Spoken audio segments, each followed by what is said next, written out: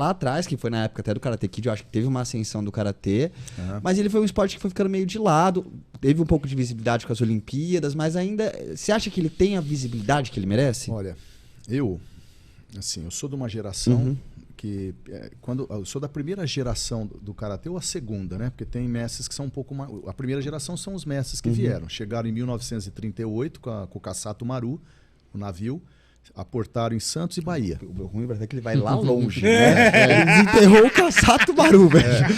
Em 56 foi a primeira academia do mestre Hakamine, e depois alguns mestres já contemporâneos que desenvolveram, que hoje já estão morrendo, né? E eu treinei com quase todos eles. Pela federação, tinham cursos com eles, a gente conhecia. Ok.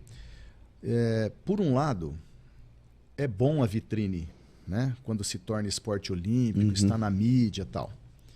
Ajuda até num patrocínio para os atletas. No e tudo meu mais. trabalho, eu mais ou menos como uma asa, eu criei um caminho de autossuficiência.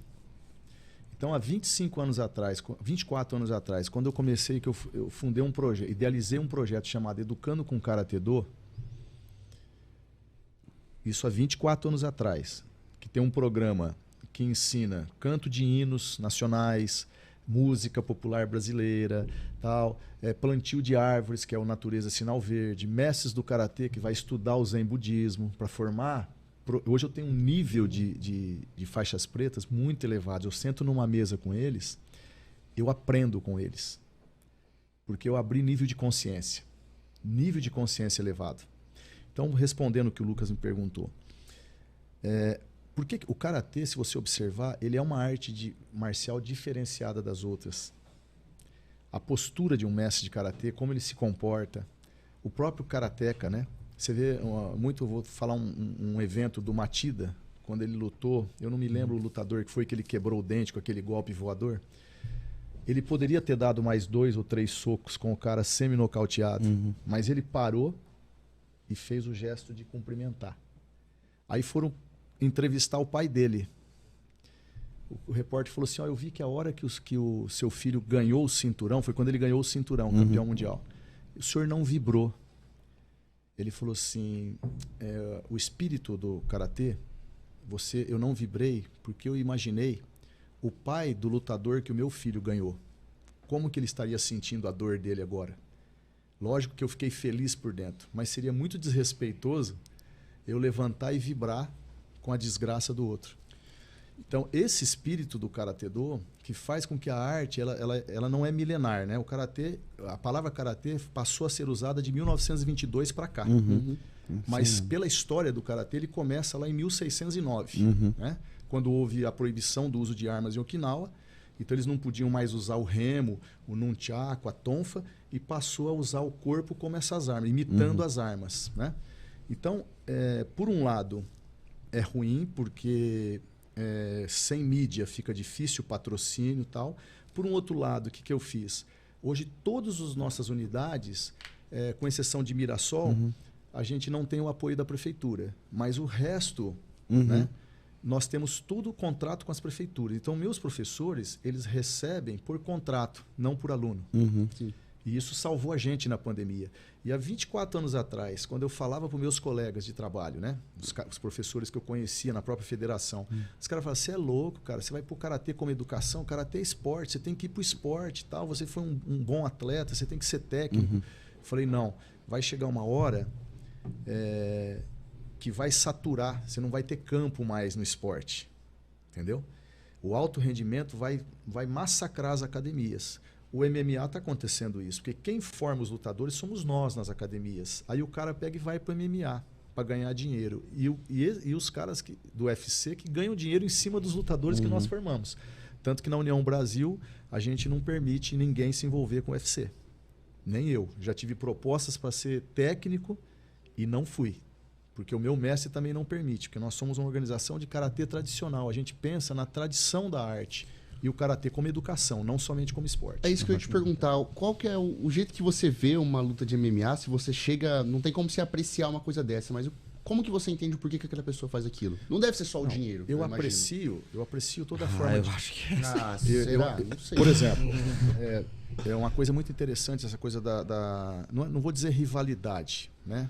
da competitividade. Uhum. Outro dia eu estava conversando com um aluno meu que treina karatê e faz Muay Thai também. Aí ele perguntou, mas o Muay Thai é massa, né? Me chamam de Kyoshi hoje, que é o meu cargo, né? Honorífico, é título. Eu sou um sensei, que quer dizer professor, mas como eu sou 7º dan, eu recebi do meu mestre a faixa coral, rajada de branco, que é o Kyoshi. Eu peguei e falei assim para ele, mas você sabia que cara branco, que é o Kyoshi. Eu peguei e falei assim para ele, mas você sabia que karatê tem Muay Thai também? Tem. Na história do karatê, Okinawa ela fica no caminho mais próximo a Taiwan, por isso a influência chinesa. Uhum. Mas nós tivemos a influência do Tegumi, que seria a luta livre tailandesa, Uhum. que é de agarrões e projeção. Nós tivemos o Kata, que vem do Kung Fu, que é o Kati, né, do Tai Chi Chuan, do Kung Fu. Tivemos o Torite, que vem da Índia, que são os pontos que você vai trabalhar com a mão aberta, por isso que eu coloquei o símbolo de mão aberta, porque a mão, todas as técnicas com mão aberta são mortais. Quando você fecha a mão, não mata. Por isso que eu pus a mão aberta, né? Traqueia, olho, língua, tímpano, né? Braquial, tá.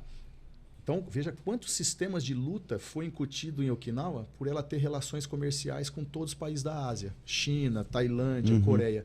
E tem o Muay Thai, na verdade, chama Muay Boran, do povo siamês. O siamês é o tailandês. Então, antigamente chamava Muay Boran. Então, aí eu comecei a falar para ele, karatê tem canelada, karatê tem cabeçada, tem cotovelada. Aí eu comecei a mostrar katas avançados que tem tudo que tem no Muay Thai. Então, não existe essa diferença entre as lutas. Não tem diferença. Todas as lutas têm um pouquinho de cada um, porque o homem, desde que ele surgiu, a sociedade, o homem passou a combater. E as guerras começaram na Revolução Agrícola. Quando uma tribo começou a plantar um determinado arroz, por exemplo, por isso que o kimono é branco, simboliza o arroz. O comprimento, quando você se curva, é quando o pé do arroz carrega, a planta se curva. Aí o Japão, antes de chamar Japão, chamava povos ainos. Eles começaram a se curvar para o arroz. Daí que vem esse comprimento de curvar. E o kimono é branco por causa do arroz. Né? O 6A, quando você senta, você tem 2 joelhos apoiados e os pés se cruzam. São 3 raízes no chão, que é a raiz do arroz. Ela sai com 3 pilares. Né?